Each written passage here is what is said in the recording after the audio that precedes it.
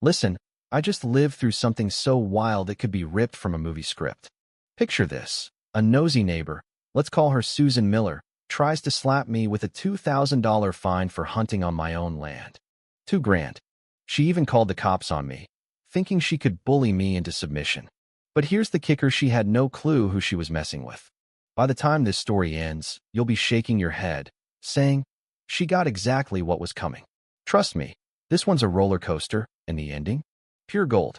It all started on a crisp November morning in 2024, out in my quiet corner of Willow Creek, a small town tucked against a sprawling national forest in Oregon.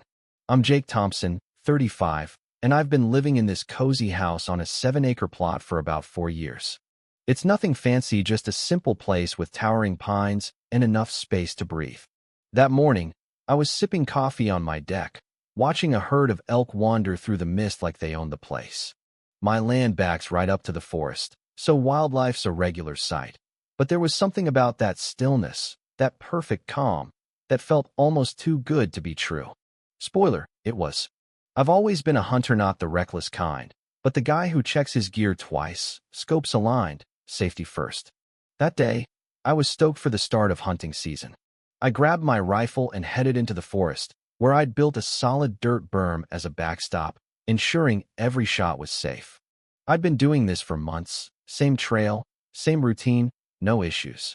About an hour in, I spotted an elk in a clearing, took it down clean, and started field dressing it. That's when I heard her, Susan, shrieking through the trees like a banshee. "What do you think you're doing?" Her voice was sharp enough to cut glass, and she was charging toward me, face red, blonde hair tangled in the brush. I'd never met her, though I'd seen her SUV speeding around our cul-de-sac, always looking stressed. This was our first real run-in, and it wasn't exactly neighborly. "Morning," I said, keeping my cool, wiping my hands as I walked to the property line. "I'm Jake, your neighbor. I'm hunting legally on federal land with permits." I figured she was just spooked by the shots, and a quick explanation would smooth things over. Big mistake. Susan wasn't here for reason. "Legal?" she screamed, her voice hitting a pitch that could wake the dead. "You're endangering everyone in this town. This is a civilized community, not some backwoods shooting range." She was shaking, pointing at me like I'd just torched her house. I tried to stay calm, but her rage was next level, like I'd personally insulted her entire existence.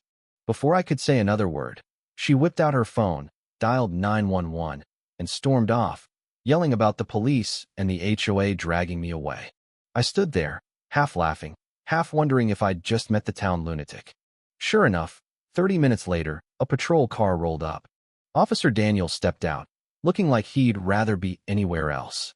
I showed him my permits, walked him through my setup, the berm, the clear lines of sight, everything. He nodded, scribbling in his notepad. "Looks good, Mr. Thompson. All legal. Maybe give folks a heads up next time, though." Fair enough, I thought. Maybe I could have been more neighborly. Daniels drove off, and I figured that was the end of it. But something about Susan's over-the-top reaction stuck with me. She wasn't just mad about gunshots. This felt personal, like she'd been waiting for a reason to come for me. A week later, I opened my mailbox to find a fat envelope from the HOA. I thought it was just routine junk meeting schedules, maybe a landscaping notice. Nope. It was a violation notice, bold red letters screaming $2,000 fine for endangering community safety and noise violations. $2,000 for hunting on my own land. The notice, signed by Susan Miller, HOA president, claimed I'd broken rules with documented violations over months, complete with photos of me at the forest trail. I laughed out loud. It was so absurd it felt like a prank.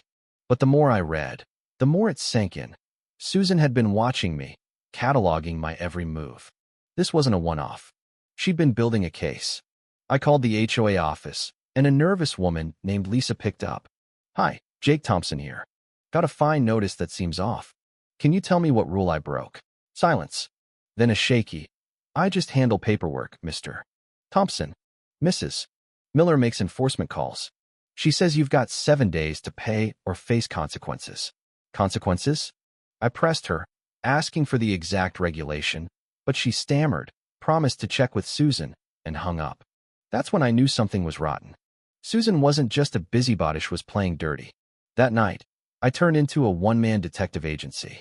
I pulled up HOA bylaws, state laws, anything I could find. Turns out, HOAs can't just slap fines like that. There's a process: warnings, hearings, maybe a lien if you don't comply. Demanding $2,000 out of nowhere? Illegal. I started requesting every HOA document I could: minutes, financials, violation logs. Lisa sounded terrified handing them over, like she was betraying a dictator. When I dug into the files, my jaw hit the floor. The financials were a mess. $1,000 for community landscaping at Susan's address, $2,500 for shared fence repair on her property, $1,800 for road maintenance. That was just her driveway. She was treating the HOA like her personal piggy bank. Then I went deeper, pulling court records on Susan Miller. 3 harassment lawsuits from past neighborhoods, all lost, one ending in a restraining order. This was her playbook: move in, seize control of the HOA, and terrorize everyone until they caved or moved. But she'd never faced someone like me. I started documenting everything: every call, every paper, every sighting of her SUV creeping past my house. I labeled a folder "Susan Miller Takedown" and got to work. Things got weirder. Susan's drive-bys turned blatant: slow down, stare, snap photos with a telephoto lens like I was some criminal mastermind. One night, after a storm, I found high-heel prints in the mud around my shed, my hunting gear, even my garage windows. She'd been trespassing, snooping in the dark. Then came the inspector's code enforcement for my overgrown lawn. It wasn't zoning for my truck blocking access, parked in my driveway. Even a business license check for a non-existent company.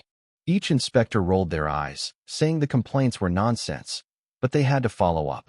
Susan was weaponizing the system. Then Lisa called, whispering like she was in a spy movie. "Jake, I can't keep quiet anymore. Susan's making me forge documents, meeting minutes, board signatures, fake violations. She's got a whole file on you: photos, schedules, everything." She handed me a flash drive at a diner outside town, looking like she hadn't slept in weeks. It was a gold mine. Forged minutes, emails of Susan threatening neighbors, folders of surveillance photos tracking my hunts. She'd been stalking me for months, building a fake case to ruin me. I lawyered up with Tom Harris, a pit bull of an HOA attorney. He went through the evidence, whistling. "Jake, this isn't just harassment. It's embezzlement, forgery, maybe even criminal conspiracy. We're talking jail time." I nodded, already planning my next move.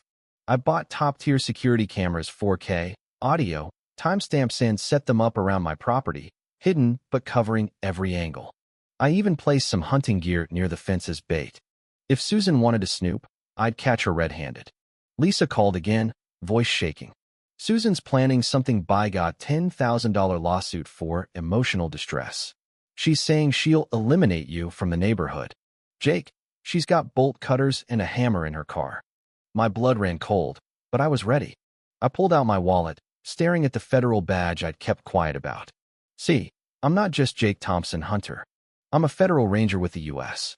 Forest Service. My hunts. Part of my job monitoring the forest." Susan wasn't just messing with a neighbor, she was obstructing a federal officer. At 5 a.m. the next day, I watched from my kitchen as Susan's SUV crept into my driveway. Dressed in black like a wannabe ninja, she lugged bolt cutters, a hammer, and a massive sign. She went to town on my fence, snapping wires like she was storming a fortress, then pounded her sign into my lawn. "No hunting zone. Violators prosecuted by HOA." Then she called 911, voice dripping with fake panic. "Jake Thompson's breaking the hunting ban. Send police now." I sipped my coffee, watching her unravel. Officer Daniels arrived, looking like he was done with life. Susan was waving her arms, pointing at her sign like it proved I was Al Capone. I invited Daniels inside, showed him the footage: Susan cutting my fence, planting her sign, all time-stamped. His jaw tightened. Then I dropped the bomb. "Daniels, I'm a federal ranger. My hunting's part of my job. Susan's been harassing a federal officer, vandalizing property next to federal land, filing false reports." I showed him my badge. His eyes widened. Outside, Susan was still ranting, oblivious to the storm coming. My attorney arrived with the flash drive: financials, forgeries, her harassment history. Daniels watched the footage again, then turned to Susan. "Ma'am, explain this." She saw the video and lost it, screaming it was fake. But the timestamps, the angle sit was airtight. I stepped in. "Susan, you've embezzled $7,000, forged documents, stalked me, and now vandalized federal-adjacent property. You're done." Her face went gray as Daniels cuffed her, listing charges: vandalism, harassment, false reports, obstructing a federal officer. The fallout was swift. The HOA ousted Susan that night. Neighbors spilled stories of her tyranny, fines for kids' chalk art, threats over holiday decorations, bullying the elderly. Lisa took over as interim president, scrapping Susan's fake rules.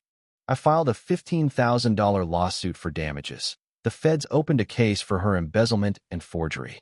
A restraining order kept her away, and her old victims piled on with complaints.